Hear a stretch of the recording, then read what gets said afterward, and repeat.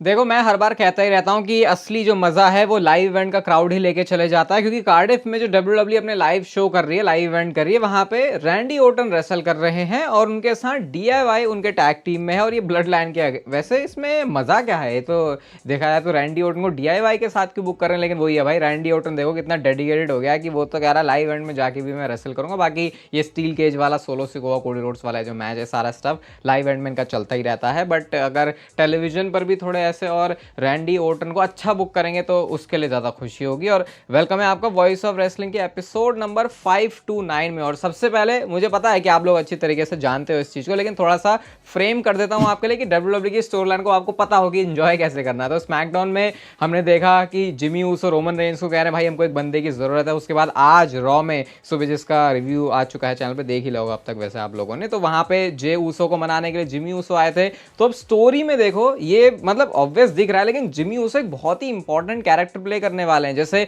लोग यूजुअली कहते हैं कि जिमी ऊसो का ब्लड लाइन की स्टोरी में इतना रहा ही क्या है, लेकिन अब देखो ये जो ब्लड लाइन का रियूनियन होगा उसमें सबसे बड़ा काम जिमी ऊसो का होगा। सोचो ये वो सिचुएशन नहीं है कि एक बंदे को बुला के लेके आना है बस टीम में, बल्कि दोनों ही बंदों को मनाना है। क्योंकि जे ऊसो रोमन रेंस एक दूसरे से कभी भी लास्ट टाइम जिस तरीके से थे, इनकी बनने तो वाली कहीं पे भी थी नहीं। समर स्लैम में इनका ट्राइबल कॉम्बैट भी हुआ था, वो सब हमने देखा ही है। एंड तक भी Jimmy Uso and Roman Reigns ही साथ में थे, वो तो फिर जिमी ऊसो को टपका दिया था, बैड ब्लड लाइन है। तो ये स्टोरी होगी कि स्मैकडाउन और रॉ में रोमन रेंस को स्मैकडाउन में और जे ऊसो को मंडे नाइट रॉ में, रोमन को स्मैकडाउन में और जे को रॉ में, अब जिमी ऊसो को मनाने का काम दे दिया गया है। और ये स्टोरी अब देखते हैं कैसे चलती है, क्योंकि ये तो हमको पता है कि ईगो तो क्लैश कहीं पे करने नहीं वाली इन बंदों की। ऐसा है नहीं कि भैया उनको ये दिखाना, ये फैमिली मैटर है, तो ऐसा भी नहीं होने वाला कि बंदे भड़क जाएंगे। इसलिए वो जो इसमें अलग एंगल होगा ना कि बंदे गुस्से में नहीं है लेकिन बस अपनी फैमिली से नाराज हैं, उसको देखने में बहुत मजा आएगा। तो इसके लिए आप कह सकते हैं कि स्मैकडाउन के साथ साथ मंडे नाइट रॉ में भी आपको उस चीज का भरपूर मजा मिलने वाला है। क्राउन जूल के बारे में आपको पता ही है कि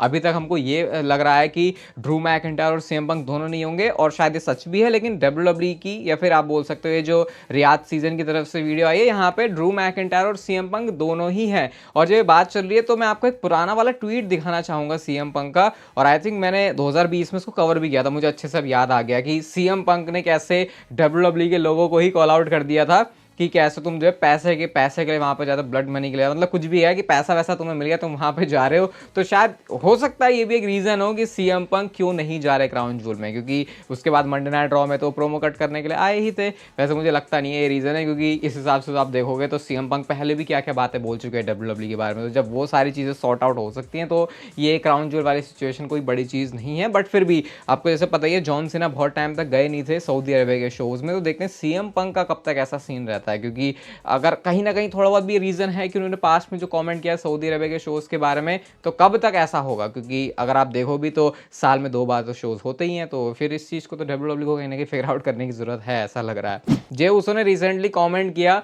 अपने उस ऊसी वाले मूवमेंट के बारे में। आपको याद ही है स्मैकडाउन में कैसे सैमी ज़ेन ने रोमन रेंस को पटाया था कि यार जे ऊसो को ज़्यादा कुछ मत बोल, ये बस ऊसी फील नहीं कर रहा था, इस वजह से ये इसने जो ऐसी हरकतें कर दी। और इसके बारे में जे ऊसो बोलते हैं कि वो सबसे ज़्यादा मेरे लिए एम्बैरेसिंग मूवमेंट भी है, सबसे फन कूलेस्ट चीज़ है, उसको दोबारा से मैं भी चाहूँ तो नहीं बना सकता। और सबसे फनी बात जे ऊसो ये बताते हैं उस सेगमेंट के सीक्रेट के बारे में कि जब रोमन रेंस को पता चल भी गया था कि मेरे से कंट्रोल नहीं हो रहा, मेरी हंसी आ रही है, वो रोमन रेंस जानबूझ के मेरे मुंह से हंसी निकलवाना चाह रहा था। और आप उस प्रोमो उस सेगमेंट को जाके दोबारा देखोगे भी तो वहाँ पे क्लियर दिखेगा आपको कि रोमन रेंस ऐसे कह रहे कि मतलब तू उसी फील नहीं कर रहा, ऐसे करके उन्होंने एक बार और फिर से जे ऊसो को बोला था। और सोचो उसने उतने सीरियस कैरेक्टर में भी, क्योंकि वो टाइम है जब जे ऊसो को सैमी ज़ेन बिल्कुल भी पसंद नहीं आते थे, तो उस टाइम पे फिर उन्होंने वैसे करके बोला था और फिर हंसी हंसी उनकी सब निकल गई, लेकिन फिर बाद में उनको कंट्रोल करना ही पड़ा। तो जे ऊसो के हिसाब से भाई मेरे लिए स्ट्रेट फेस रखना कितना मुश्किल हो गया था। एम्बैरेसिंग मूवमेंट होने के साथ सबसे कूल मूवमेंट भी है जिसको दोबारा से चाह के भी नहीं बना सकते। मैंने शेयर नहीं किया चैनल पे, शायद आपने देख ही लिया होगा, डब्ल्यूडब्ल्यूई ने भी कहीं पर तो इसको दिखाई दिया है। ये स्मैकडाउन में ही वैसे देख लिया था हमने, ये सीसीटीवी वाली जो फुटेज है उसको डब्ल्यूडब्ल्यूई ने रिलीज किया। सोचो अब तक इतना छुपा के रख रहे हैं केविन ओवंस, और मतलब केविन ओवंस का जो अटैक भी हुआ था रैंडी ऑर्टन के ऊपर, तो उसको ये अभी ऐसे ही दिखा रहे हैं भाई हमको कुछ नहीं पता चला, ये तो ऐसे प्लान्स के अकॉर्डिंग जाना नहीं था। मेल्जर चिचा इसके ऊपर क्या बोल रहे हैं आपको बता देता हूँ। मेल्जर चिचा ने बोला है तो भरोसा कितना कर सकते हो वो आप उस हिसाब से देख लेना, लेकिन कहा यह जा रहा है कि जो सैटरडे नाइट्स मेन इवेंट है उसका पार्ट हो सकता है ये मैच उसको मेन इवेंट कर सकता है, उस कार्ड पर WWE से बुक कर सकती है। तो मैंने आपको बता ही दिया है कि जो WWE का सैटरडे नाइट्स मेन इवेंट है, जो कि पहले मुझे लाइव इवेंट नहीं, मतलब बढ़िया वाला live event, premium live event लग रहा था, एक्चुअल में प्रीमियम लाइव इवेंट ही है। तो इसमें फिर ये मैच एक्सपेक्टेड है। बाकी रैंडी ऑर्टन का असली गुस्सा दिखना तो भी बाकी है, क्योंकि वो कोडी रोड्स की तरह नहीं है भाई, वो बंदा उधेड़ देता है अगर उसके साथ कुछ गलत होता है। वो तो भी जरा थोड़े अच्छे कैरेक्टर में, इसलिए थोड़ा फिर भी मैं कहूँगा केविन ओवंस बच जाएंगे। हरामी वाला ऑर्टन होता तो फिर तो भाई अब तक तो सोशल मीडिया पे ही कुछ आ जाता कि क्या रैंडी ऑर्टन ने कर दिया केविन ओवंस के साथ। रैंडी ऑर्टन से रिलेटेड ही ये है और रोमन रेंज से रिलेटेड ये है, क्योंकि अगला जो स्मैकडाउन का शो है वहां पर दोनों का एडवर्टाइज किया जा चुका है और WWE कुछ ऐसे बिल्ड कर रही है कि दोनों रोमन रेंज और रैंडी ऑर्टन रेट्रिब्यूशन लेने के लिए तैयार है। Randy Orton obviously Kevin Owens के साथ, केविन ओवंस से, और रोमन रेंज जो उनके ऊपर ब्लड लाइन का भी हमला हुआ था, और बाकी जिमी ऊसो भी मिलकर पता नहीं क्या ही कर रहे हैं। देखते हैं भी कैसे,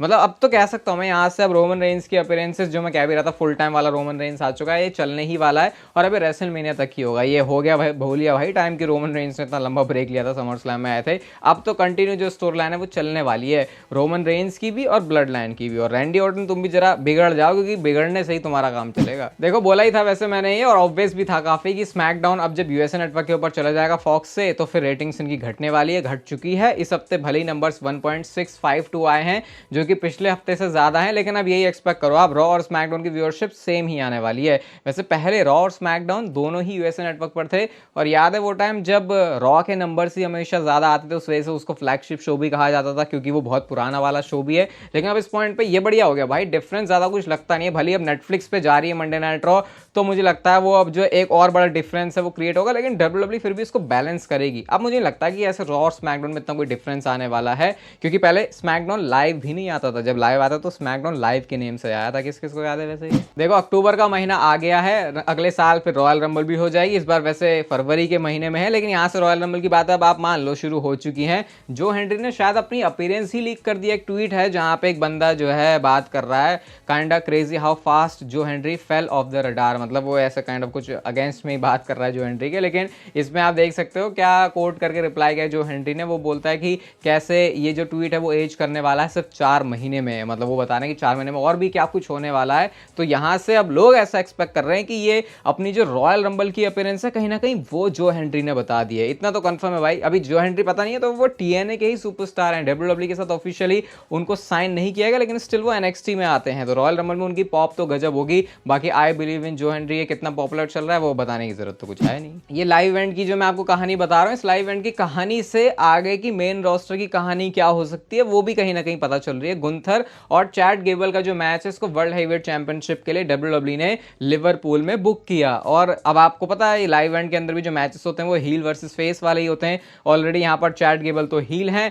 लेकिन गुंथर को एक बेबी फेस की तरह वर्क करवाया गया है। अब लिवरपूल में है तो वहां से आप कह सकते हो कि भाई थोड़ा सा उनकी भी आप कनेक्शन WWE करके कुछ जोड़ना चाह रही है, लेकिन मुझे ऐसा लग रहा है कि गुंथर का बेबी फेस भी जो रन है वो बहुत जल्दी आ सकता है, क्योंकि अगर आप उन्हें टेलीविजन पे देखोगे तो ऐसा कभी होता नहीं कि गुंथर को चीयर ना मिले। वो तो वो बात ही इतनी घटिया बोल देते हैं क्राउड के बारे में कि लोगों को उनको फिर बू करना ही पड़ता है। बट शायद ये WWE की प्रिपरेशन भी शुरू हो चुकी है, ऐसा भी रिसेंटली डेमन प्रीस्ट के केस में ही हुआ था। वो बेबी फेस की तरह बुक पहले ही होने शुरू हो चुके थे जब वो मेन रोस्टर में भी नहीं हुए थे, तो शायद अब ये हो रहा है। अभी तो नहीं, वैसे ये थोड़ा सा डिले होगा इसमें, लेकिन फ्यूचर के लिए तो प्लान है डेफिनेटली। भाई यार ये कितना खतरनाक वाला कोइंसिडेंस है, ये बताया हुए तो मैं रह ही नहीं सकता था। जो डैनियल ब्रायन के लास्ट मैचेस रहे हैं वो कुछ किस तरीके के रहे हैं। मंडे नाइट रॉ में जो उनका लास्ट मैच था वो था सेथ रॉलिंस के अगेंस्ट, उसके बाद WWE में जो उनका आखिरी मैच था वो था रोमन रेंस के अगेंस्ट, जो स्मैकडाउन में याद है वो बैनिश कैसे हो गए थे। फिर उन्होंने बोला था WWE में कभी, उन्होंने बोला था डैनियल ब्रायन कभी आएगा ही नहीं स्मैकडाउन में, लेकिन वो तो WWE से ही चले गए उसके बाद। एंड देन अब जो full time in ring career वाला मैच है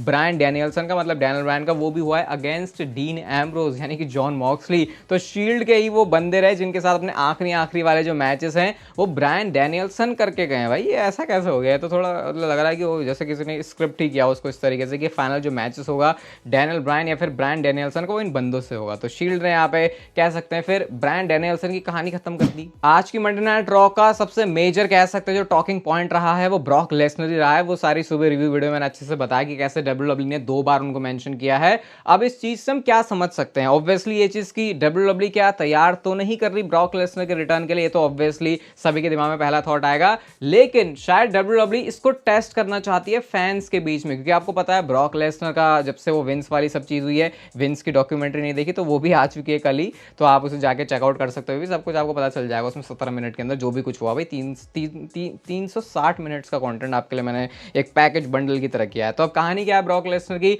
सिंपल सा WWE का पॉसिबली टेस्ट हो सकता है कि किस तरीके से अब भी लोग ब्रॉक लेसनर को देख रहे हैं। क्या ब्रॉक लेसनर के वापस आने से एक अच्छा इंप्रेशन भी पड़ेगा फैंस का, फिर ऐसा तो नहीं होगा कि सारे जो फैंस हमारे ऊपर टर्न कर जाएंगे। और WWE का टेस्ट है ये, WWE अब देखेगी, पूरा ट्विटर को एनालाइज करेगी, सोशल मीडिया को देखेगी कैसा रिएक्शन आ रहा है, क्योंकि आपको पता है ट्रिपल एच ऐसे ही चीजों को चलाते हैं। एंड देन फिर उस हिसाब से ब्रॉक लेसनर आपको टेलीविजन पर वापस से देखने को मिलेंगे। देखो हमने बहुत अच्छा डिटेल, आपके दिमाग में मुझे पता बहुत भसड़ है भाई ब्रॉक लेसनर को लेके, सबके दिमाग में ही है। पॉडकास्ट मैंने आज से 10 दिन पहले ही बता दिया सब कुछ, अभी भी कह रहा हूँ क्लैरिटी के साथ सारी चीजें आपको समझ में आ जाएंगी किस तरीके से आगे ब्रॉक लेसनर के लिए सिचुएशन चलने वाली है। तो स्क्रीन पर आप पॉडकास्ट देख ही सकते हो, रॉ वाली वीडियो नहीं देखी तो उसका भी लिंक आपको मिल जाएगा डिस्क्रिप्शन में।